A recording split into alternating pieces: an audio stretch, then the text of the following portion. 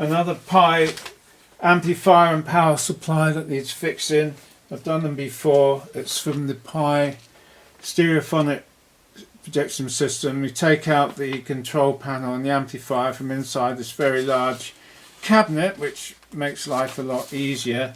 There's online, there's plenty of information about the layout. So you take these two out and it gives you on the service document, luckily, loads of information about the parts, where they are, and all the part numbers. Also, usefully, circuit diagram and voltages, all very user friendly for the service engineer. Something you don't really get much these days. If you want to repair anything, you'd be lucky to find anything. Very modern stuff that helps you. Circuit diagram is good. So, two parts. You've got the power supply, which looks complicated, but it's not actually all a power supply. These capacitors and inductors are all part of the crossover network for all the various speakers. There's quite a few speakers in the thing, so all that section there is not power supply. Sorry, these ones. These two are, this is the first smoothing capacitor, comes off this type of old rectifier, selenium or something. People think that they fail. They don't fail. I find they're pretty reliable, but we test it anyway. And then a small drop-in resistor for additional slightly better smooth voltage for the preamp part. Now this is the mains section. It's got a mains input cable, and there's this plug which I've covered over at the moment. This plug goes off to the record player and has the on-off switch on the record player to turn it on and off. The power comes back on the middle two wires, the yellow, the white and the red. So I've just linked them with a little link in the plug and just covered it over temporarily just for safety, so that it can be on all the time when it's plugged in. Also on here there's two sockets, here and here. One is for all the speakers plug-in that goes off to all the different speakers, and the other one is a little plug goes off to the preamp. Now the speakers, I can test it with just one speaker at a time because it's got bass, mid-range and treble left and right, and I don't need to, it's not like a valve amp. I can leave the ones not being used open circuit and just test them one at a time. So I just need some little connectors which I've made up before, little pins that you put in, made up some bits of wire so I can connect up a temporary speaker when I come to test it. Now you can test the power supply. It's quite low voltage, I believe about 30 volts. I can run that up. I can test it with some multimeter first if necessary before I run it up. Just see that this is an actual, according to the circuit diagram, it's a bridge rectifier. I can test that, the diode sections in that. And then I can put a multimeter on the capacitor and test the voltage as I turn the mains up. As I said, it should be about 30 volts, and without any load on here this will be 30 as well.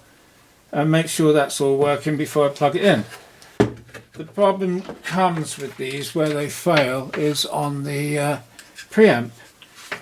Because it's so old, early 60s or mid 60s, it uses germanium transistors, which are notorious for wearing out over age. They get short circuits due to crystal growth inside and or various leakages, and they're also very sensitive to temperature variation. But that's not the main reason for failure. I found that some of these capacitors fail when I've tested them before. Even though they're very low voltage working, the capacitors are only rated like 15 volts. And I found that previously there are ones that you wouldn't think that fail that couple the preamp through. They're actually leaking.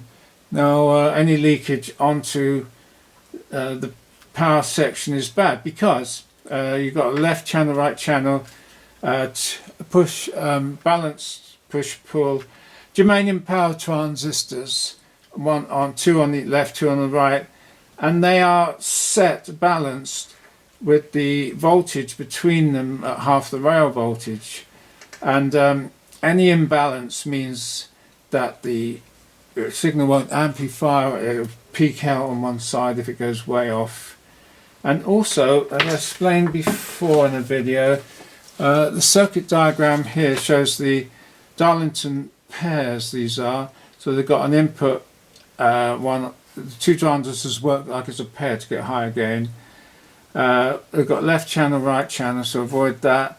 And the voltage in between these is half the rail voltage, and it's all balanced up by a balanced resistor down here, and this transistor right at the front here, leakage through a capacitor here causes it to impossible to balance this out. It keeps drifting off, I found before. So that capacitor there, which you wouldn't think was any problem at all, it's only a 15 volt 2 microfarad, I found to be very problematical previously. So one of the first things I'm going to look at, because this amp customer says, just like all the other ones, it seems alright at first and then it just gets worse as you leave it on. That's always due to the germanium or capacitors or something drifting out and the voltage is going off. And one thing why the voltage is also set, this left and the right channel are actually connected together, and each side must be set to the same, otherwise you're going to get a current flow between them. As part of the design, I did show this before, the design on the bass speaker is shared between the left and right channel. It's just the way they do it, and any voltage that's different on the left and right, you get a DC current flowing through the speaker, which is all right at very low currents. As soon as if it gets voltage gets a bit high, it's going to distort at high volumes where it can't move in one direction more than the other. So this is various voltages they give you, so you can balance this circuit up. Previously I found the output transistors, the germanium ones, if one of them has gone due to failure, due to bad leakage, etc., you have to change them in pairs really, and if one's gone, often you have to change them all. It's a bit awkward because of all the wiring on the back. It's a bit of a fiddle to get everything off. This one's in very good condition. I'm hoping that it's going to be alright. Even still has the bulb, 24 volt bulb. A lot of people put a 6.3 in when it blows and wonder why it keeps blowing. Hopefully this one's going to be okay. There's a balance resistor here which is preset to balance the left and right channel. It may or may not have gone out. On others I've had to put a little variable resistor because this has actually been got some varnish on it to hold it in place. I have to check that's still got a good contact, which sometimes these are badly corroded. There's no corrosion on this one. It hasn't been stored in a loft or somewhere, which causes a lot of problems. It's pretty good condition. Capacitors on these boards, very awkward to change. To get these boards off, they've got wires to them. You have to lift it up and bend it to get to the solder connections. Hopefully I haven't got to replace too many. Germanium transistors on the board, left and right identical. Also you can get bad earth connections on these things. The earths are only connected through tags which are screwed down under these nuts, and they can these screws they are, and sometimes they can get corrode over time, and these sometimes can come loose as well, giving you a bad earth connection as it's not tight. There's a few earth connections like that screwed down under these boards, but this one, as I say, doesn't look like it's been stored in a damp environment for the last 40 or 50 years. Hopefully it's going to be alright. I find the pots are normally fairly quiet, and the sound of this thing when it's working I find is very nice indeed.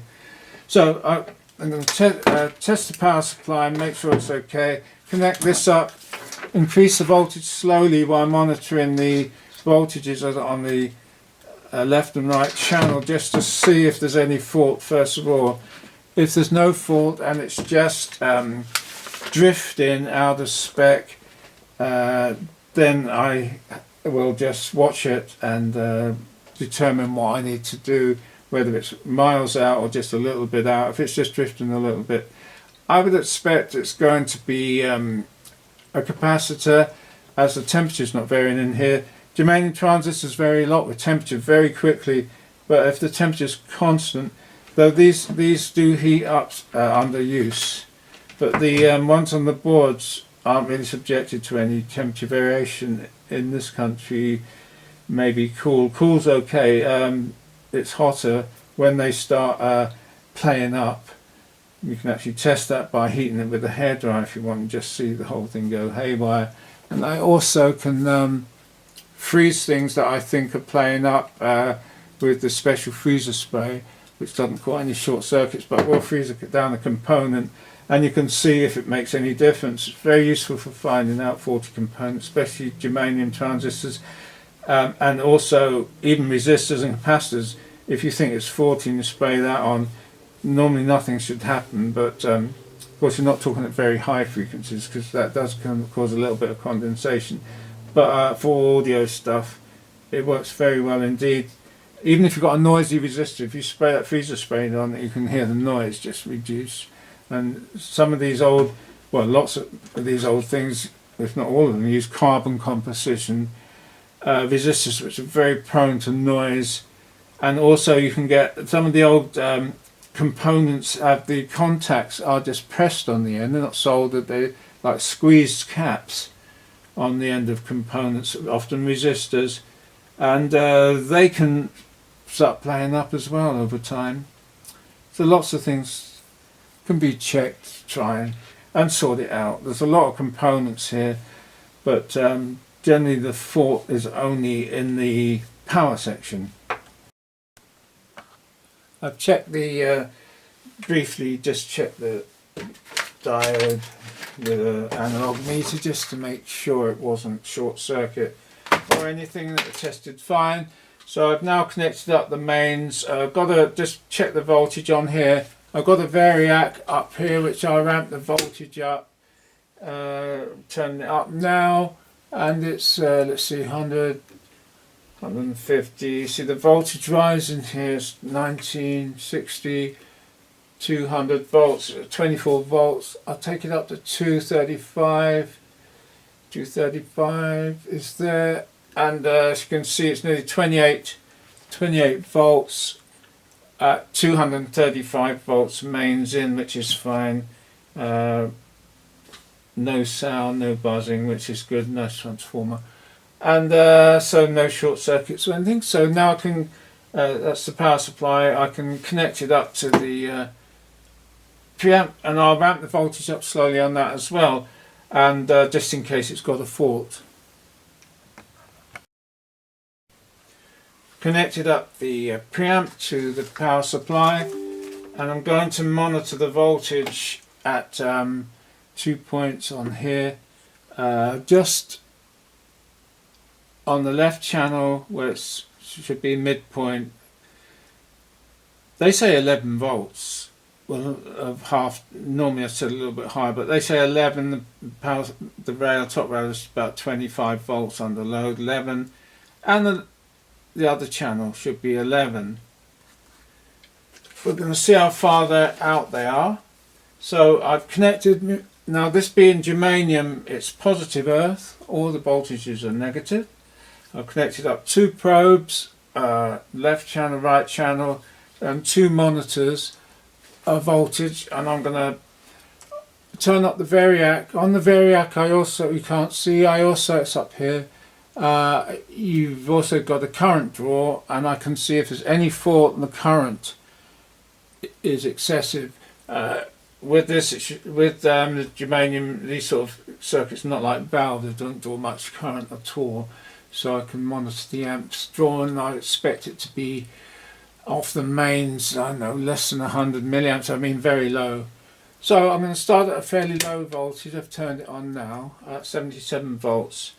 And we're going to be looking at the we're going to be looking at the voltages here.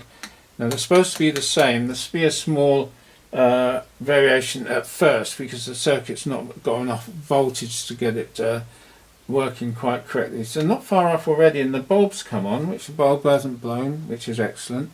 I'm going to turn up the voltage a little more. We've got 110 volts, 130, 40, 150, and the voltages are still fairly close, not perfect. 170, 180, 200. Now I've previously, sometimes after it's been on a short time, this start drifting off, so we're going to keep an eye on them. They're fairly stable at the moment, just slightly out. 220, 225,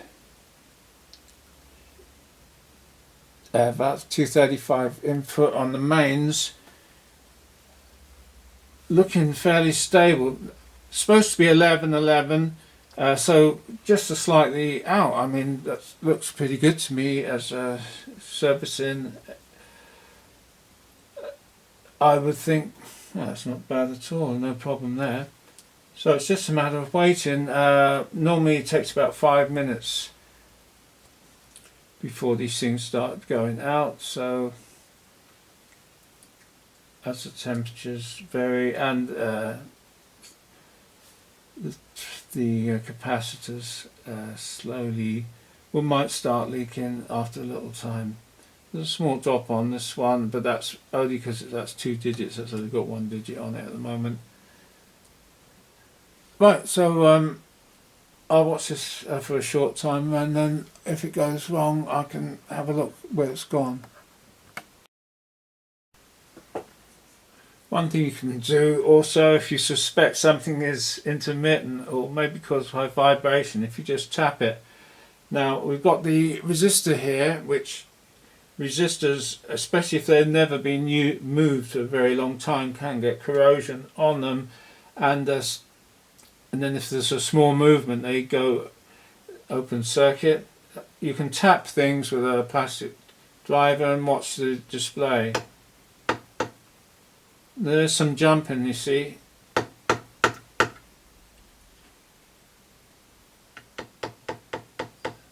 Tapping that resistor, and it's already moved quite a lot. I'd say that's quite a bad connection on that resistor slider there. Whether I can move it backwards and forwards, it's a coil type resistor wound round a little former, and then there's a sliding copper part on top which has been fixed in place with like some varnish, which means I've got to try and move it. Let's tap it a bit more. I mean, it hasn't been moved in a very long time, so it's jumping about. So I might try and just, well, once you start moving it backwards and forwards, you'll either clean off the oxidization or you'll make it worse, depending. So I'll have another look at that in a second. I've moved that backwards and forwards a few times, and you can actually set the voltage almost what it should be, equal. And now with some tapping, see it's staying, it's not jumping about all over the place, which means that it's just wiping it backwards and forwards has helped clean up the contact. Of course it may go off again after several more years. It's not obviously not perfect component to use. Anyway, now that I've set it almost identical, again I'll just leave it on a little while. If nothing happens within a few minutes, I might get a little hairdryer on it, just give it a little warm, which might send a component haywire. I'll leave it on a little longer before I do that. I've connected up the speaker into this position here, which I've at the moment the bass speaker position, so I can test the both channels at the same time. The voltage is holding dead steady on 10.3 on each one, each channel, so it's perfectly balanced through the bass speaker. And I'm playing into the inputs. I've got through a you have to use a capacitor because the inputs are actually at a negative voltage, because they're meant to run into like a ceramic pickup, so they don't care about the voltage.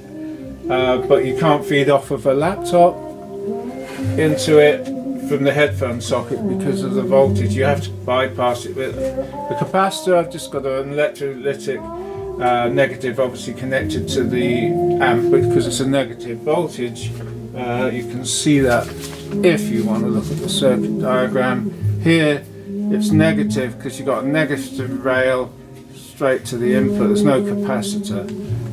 So I'm playing a record off of the iPad. I've turned up all the controls to maximum while the balance is in the middle. I've tested all of the speakers, bass, mid-range and tweeter left and right hand channels by connecting them up to the speaker output, putting it through a big speaker under the bench here. Everything is fine. I did notice a little bit of background hum, which probably won't come out on the stereo player, because I'm using a big 12-inch sort of bass speaker, which enhances any background noise. In the player itself, the speakers would be smaller. Anyway, I decided to put an extra capacitor in anyway across the first smoothing capacitor, just to increase the smoothing just a little bit, which reduces the background low frequency hum just a little bit. Otherwise the noise is fine. The balance on the channels is pretty constant, and I've got some music just connected up at the moment, just to one channel. When you play through one channel, you get a slight variation on one of the voltages that it's measuring because of the music going through it. So I'll just turn it up for a little bit. This is just through the mid-range speaker, mid-range setting, so it lacks a little bit of treble. Through the bass speakers, lots of bass. So anyway, this is Darling, in my way, I've been asked to have a meal by a big tycoon in steel. Sounds pretty good. Obviously I don't know what it exactly sounds like with all the speakers connected up, but I'm sure it'll be fine. I've had it on for 2 or 3 hours, and nothing's gone wrong. The voltage remains stable. I had it on pretty loud, virtually at full volume, and nothing overheated or went funny. So I think the main problem was just this variable resistor here was a bit intermittent. I've set it. I've also put a little bit of glue on it just to stop it vibrating or moving. It's not actually that tight. It's a strange component to use. They could have used, I mean, there's hardly any power going through it. They could have used a normal type of potentiometer, but otherwise I think it's fine. I tested all the capacitors, the ESRs, and as well, make sure they're fine, but they are. And it's pretty good condition, so none of these components needed changing. I did look at a couple, but they all seem good. So it's pretty good, I think. In my fashion, yes, I'm always true to you, darling, in my way.